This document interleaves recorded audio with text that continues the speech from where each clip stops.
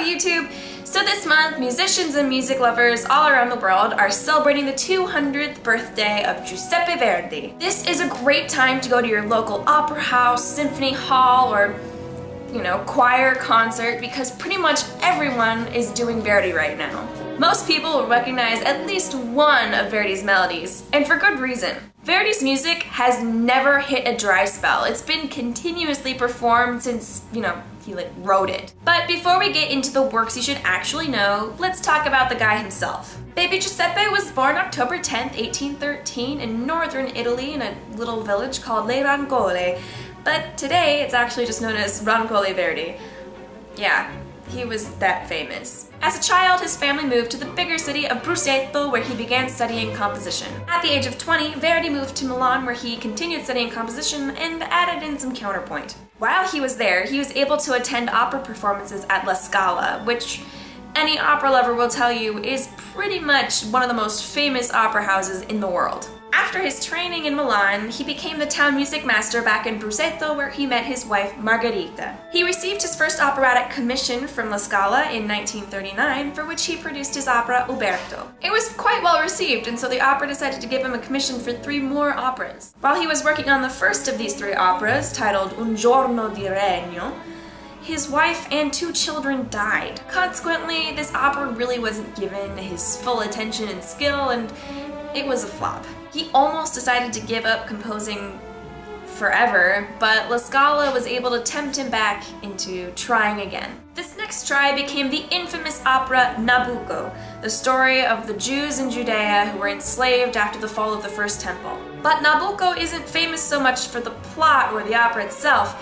It's more famous for one chorus, Va Pensiero. Also known as the Chorus of Hebrew Slaves, this piece became a rallying cry for the unification of Italy in the 1860s. It is an incredibly moving piece, and there will be a link down in the description thingy below, and do it, listen to it, because this is a very, very important piece still to this day. Actually, in 2009, Senator Balsi tried to get Va Pensiero as the Italian national anthem, but I guess that didn't work out. Verdi considered Nabucco the opera with which his career started. During the next 15 years, he composed 14 operas. That's pretty crazy. Here is a list of some of the most important operas during this time. I Lombardi, Ernani, I Due Foscari, Attila, Macbeth. Macbeth is considered to be one of the most original and groundbreaking works that Verdi ever created because it's the first opera he ever wrote that isn't centered around a love story,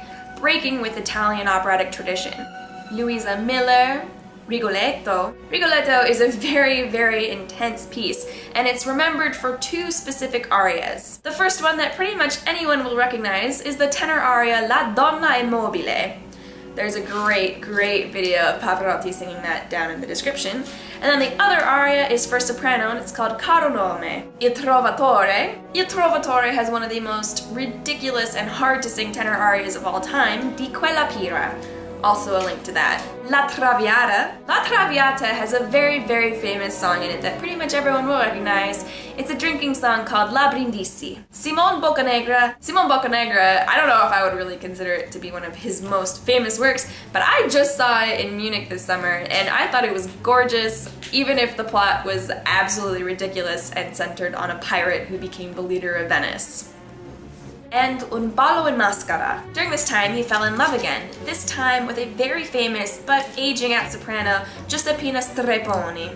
They actually lived together for quite a while before they actually tied the knot, which was like super scandalous at the time. After 1959, his major compositions kind of slowed down a bit, but they're amazing, and I think some of them are much better than the ones from the previous period. His later years included such magnificent works as Aida, which is often performed on a massive scale. I once saw this performed with elephants on stage. Yeah, elephants. No big deal. Otello and Falstaff. Falstaff is a pretty genius work, both musically and textually. The piece is actually regarded as Verdi's most intense contrapuntal contribution ever. And the text actually combines 2 Shakespeare plays, The Merry Wives of Windsor and Henry IV Part 1.